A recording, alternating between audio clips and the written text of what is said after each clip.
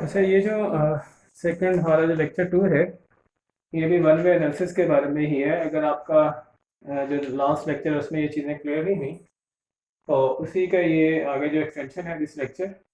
So in this case हम कल जो लास्ट लेक्चर में जो हमारा टॉपिक था वो था one way analysis of variance.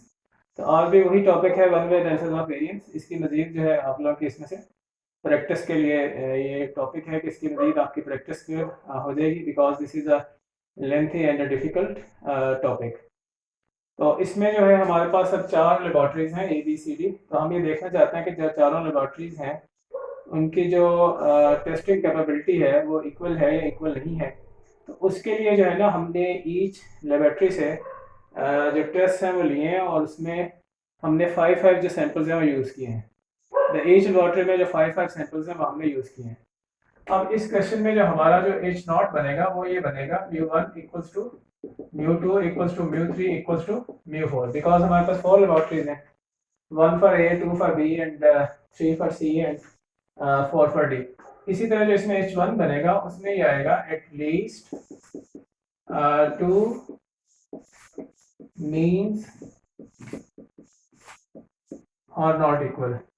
ये हमारा फर्स्ट स्टेप है। और जो सेकंड स्टेप है हमारे पास अल्फा है, अल्फा इसमें again we have 0.05, and in third step in this case we will also again use f test which is equal to s square b divided by s square w। तो इसकी calculation भी बिल्कुल उसी तरह है जैसे आपने कल कैलकुलेशंस लास्ट क्वेश्चन में जो आपने कैलकुलेशंस की थी। तो अभी मैं डाटा जो है इस क्वेश्चन का यहाँ पर नोट कर देता हूँ, और जो डाटा है उसको नोट करने के बाद फिर हम इसको सॉल्व करते हैं। अब इसमें भी हमारे पास उसी तरह का डाटा है जैसे आपने लास्ट क्वेश्चन में डिस्कस किया। तो एक ए लेबॉर्ट्री है, एक हमारे पास बी लेबॉर्ट्री है, एक सी है और एक लेबॉर्ट्री डी है। अब जो लेबॉर्ट्री ए है इसमें this is 58.7, 61.4 and then we have 60.9, 59.1, 58.2 and then we have 62.7, 64.5, 63.1 and 59.2, and then we have 60.3, and in C we have 55.9, 56.1, 57.3, 55.2 and 58.1, and then we have 60.7 and 60.3, and then we have 60.9, 61.4 and then we have 62.3। तो अभी इसको हम x1 कह लेते हैं, इसको x2 कह लेते हैं, this is x3 and this is x4। तो अभी मैं इनके स्केयर्स कैलकुलेट नहीं कर रहा बिकॉज इसमें थोड़ी स्पेस के लिए मुझे थोड़ा सा प्रॉब्लम है। उनके जो स्केयर्स हैं उसकी 7 डिजिट्स में जो वैल्यूज हैं वो आएंगी। तो वो मैंने कल आपको बता दिया था। इसमें उसी तरह हम 2 कॉलम्स कनेक्ट करेंगे, एक टी का होगा और एक हमारे पास होगा टी स्केयर का। अब टी जो है इन सारी वैल्यूज का सम है which is in this case equals to 298.3 and this is 309.8 and this is equals to 282.6 and this is 305.6।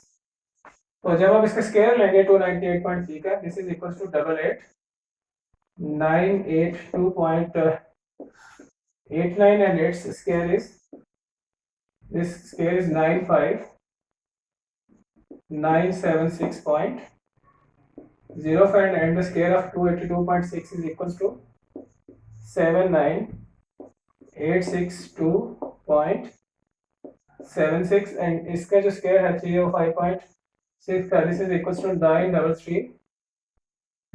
93391.36। तो ये हमने सारे जो स्केयर्स हैं कैलकुलेट कर लिए। एक जो स्केयर है वो अब आपने इसका x1 का स्केयर कैलकुलेट कर लेना है, x2 का स्केयर भी कैलकुलेट, ये मैंने आपके साथ शेयर कर दिया ना कैलकुलेट करके। तो अभी मैं दोबारा से इसको कैलकुलेट नहीं कर रहा, पर इसकी जो आगे कैलकुलेशन है मेंशन करूंगा मैं, जिसको हम समेशन x का स्केयर जो है ना वो कहते हैं। तो इसका बारे देख लें, ये जो समेशन x का स्केयर है यहाँ पर मेंशन कर देता हूँ। समेशन जो x स्केयर है this is equals to summation x1 square plus summation x2 square plus summation x3 square and plus summation x4 square, तो which is equals to, और लेटर ऑन मैं इसको मेंशन कर दूंगा, अगर आप इन चारों वैल्यूज को ऐड कर दें, जो समेशन x1 स्क्वायर है वो 10804.51 है, प्लस हमारे पास 19213.88 है, एंड प्लस जो समेशन x3 है, this is what is called 15977.96 है, and plus the fourth one is 18680.64, तो ये है, इसका सम करेंगे तो आपके पास समेशन एक्स स्क्वायर की जो वैल्यू है ना वो आपके पास आ जाएगी। अब हम फर्दर इसको आगे जरा लेके चलते हैं।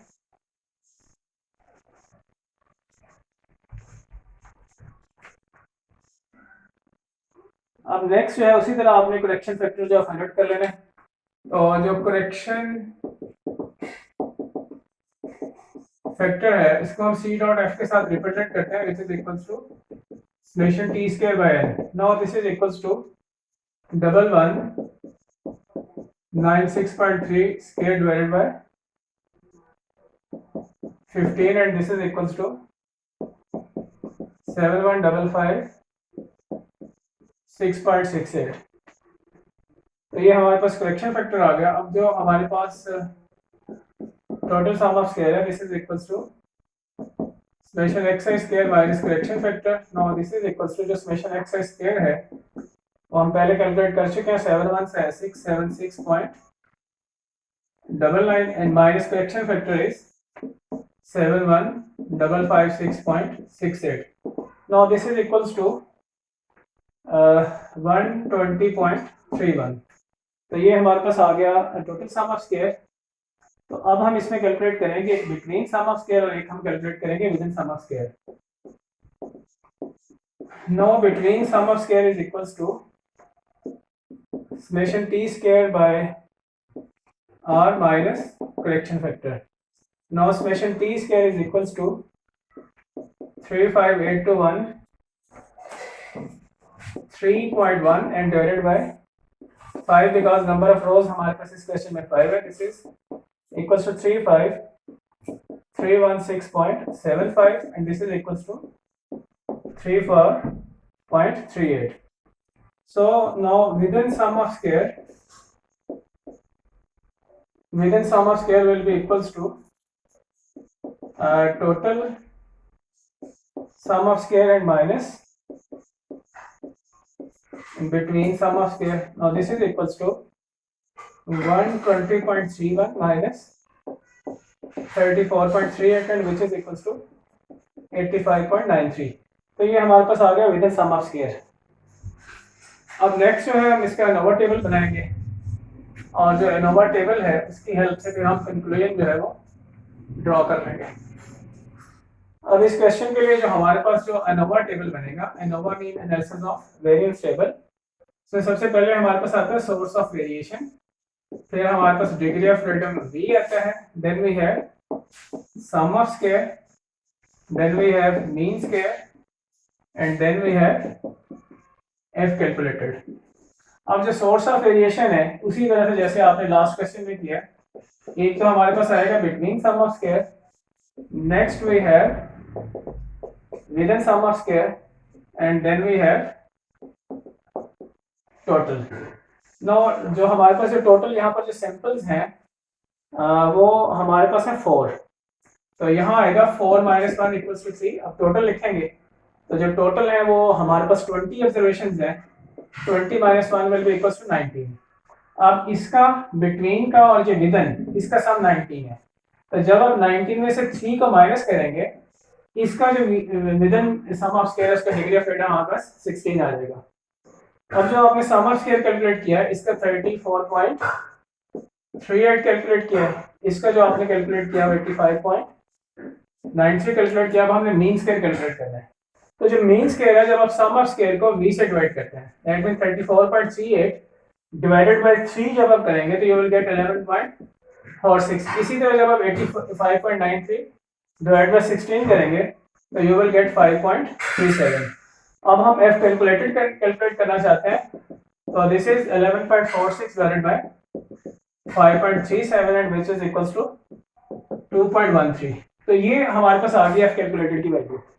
अब हमने इसका कंपैरिजन करना है f टेबलेटेड के साथ।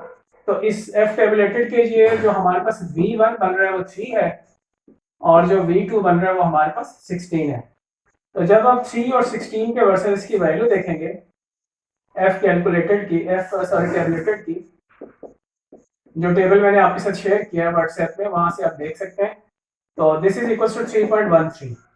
तो अब आप देखेंगे अगेन जो हमारे पास f कैलकुलेटेड की वैल्यू है वो लेस देन है f टेबलेटेड की वैल्यू से, तो लिहाजा वी विल एक्सेप्ट h0। हम h0 को एक्सेप्ट करेंगे तो दैट मीन के जो 4 लेबोरेटरीज हैं उनकी जो परफॉर्मेंस है टेस्टिंग की वो इक्वल है। This is our conclusion. Thank you very much.